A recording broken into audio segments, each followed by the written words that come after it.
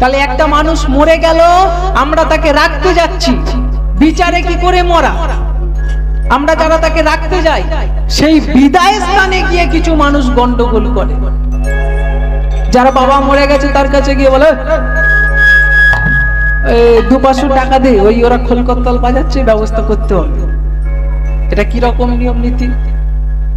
আরো দেখুন, এই যে ঠাকুর বিসর্জন, ঠাকুর বিষ অর্জন, ঠাকুরকে বিসর্জন দিতে গিয়ে আমরা নিজেরা বিষ অর্জন করে নিচ্ছি।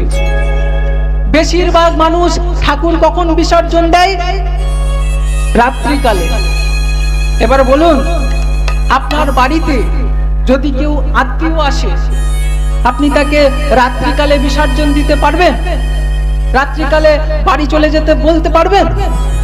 তাকে রাত্রিকালে বিদায় দিতে নেই। তাহলে আমরা যারা রাত্রিকালে ঠাকুর